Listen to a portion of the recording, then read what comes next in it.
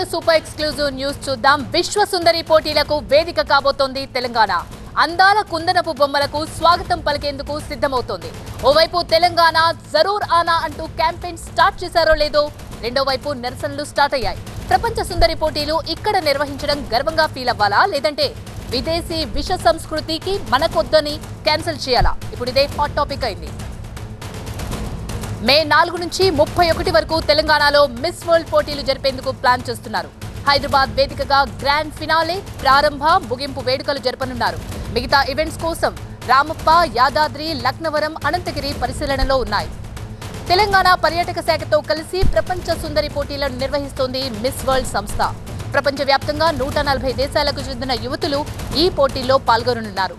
తెలంగాణ సంప్రదాయాలు, కళలే థీమ్స్ గా పోటీలను నిర్వహించబోతున్నారు. అంతేకాదు, మిస్ వరల్డ్ పోటీలతో తెలంగాణ పర్యాటక ప్రాంతాలు ప్రపంచ దృష్టిని ఆకర్షిస్తాయంటున్నారు నిర్వాహకులు. రామప్ప, యాదాద్రి, లక్నవరం, అనంతగిరి వంటి ప్రాంతాల్లో ఈవెంట్ నిర్వహిస్తాము అనడంపై విహెచ్పి నిప్పులు చెదురుతోంది. ఆధ్యాత్మిక కేంద్రాల్లో అందాల పోటీలను ఎలా నిర్వహిస్తారంటూ మండిపడుతోంది.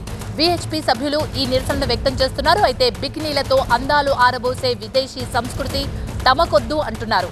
మిస్ వరల్డ్ పోటీలకు ఇచ్చిన అనుమతిని రద్దు చేయాలని, లేదంటే అడ్డుకుని తీరుతామని హెచ్చరిస్తున్నారు. ఇటు విహెచ్పి తీరుపై ఆగ్రహం వ్యక్తం చేస్తున్నారు కాంగ్రెస్ నేత అద్దంకి దయాకర్. తెలంగాణకు వచ్చిన అవకాశాన్ని అదృష్టంగా భావించాల్సింది పోయి వద్దనడం బాధాకరమన్నారు. బీజేపీ, ఆర్ఎస్ఎస్లు ఎప్పుడూ మహిళల అభివృద్ధి, ఆత్మగౌరవానికి పాటుపడలేదన్నారు అద్దంకి. గతంలో కూడా భారత్లో మిస్ వరల్డ్ పోటీలు జరిగాయి. 1996, 2024లో ముంబై వేదికగా ప్రపంచ సుందరి పోటీలు నిర్వహించారు. ఇప్పుడు మూడోసారి మిస్ వరల్డ్ పోటీలకు ఆతిథ్యం ఇస్తోంది భారత్. అయితే ఈసారి దుబాయ్లో పోటీ పడి మరీ అవకాశం దక్కించుకుంది తెలంగాణ. పూర్తి సమాచారాన్ని ఎలెండర్ అందిస్తారు. ఎలెండర్, మిస్ వరల్డ్ అంటేనే ప్రైడ్ ఆఫ్ నేషన్ అంటారు, ప్రైడ్ ఆఫ్ స్టేట్ అంటారు. ఒకవైపు పార్టీలు అంటున్నాయి, అద్దంకి దయాకర్ కూడా కామెంట్ చేశారు, ఇదొక ప్రైడ్ అని చెప్తున్నారు. మరోవైపు విహెచ్పి లాంటి వాళ్ళు ఆధ్యాత్మిక ప్లేసెస్ లో ఇలాంటి పనులేంటి అంటున్నారు. మరి ఈ నిర్వాహకులు ఏదైనా పునరాలోచించే అవకాశం ఉందా ఈ నిరసనల నేపథ్యంలో?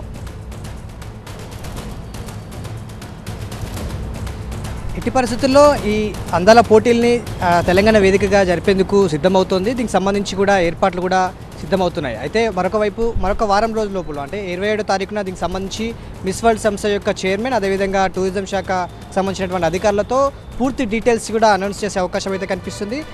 ఎట్టి పరిస్థితుల్లో 140 దేశాలకు పైగా ఉన్నటువంటి అందాల యువతులంతా కూడా ఇక్కడ ఈ పోటీలో పాల్గొనబోతున్నారు. ప్రపంచ స్థాయిలో ఉండేటువంటి ఈ పోటీ అంతా కూడా ఇక్కడ జరుగుతుంది కాబట్టి ఇదంతా కూడా మనం ప్రైడ్గా చూడాల్సిన అంశం. దీన్ని ఎక్కడ మహిళలను కించపరిచే విధంగా కాదు, మహిళల అభివృద్ధి, వాళ్ళ అభ్యున్నతికి ఉపయోగపడే విధంగా ఉంటుందనేది కాంగ్రెస్ నేతలు చెప్తున్నారు. అయితే విహెచ్పి చేస్తున్నటువంటి నిరసన అడ్డుకుంటామని చెప్తున్నటువంటి కామెంట్స్ ఏదైతే ఉందో దాన్ని పూర్తిగా తప్పుపడుతున్నారు.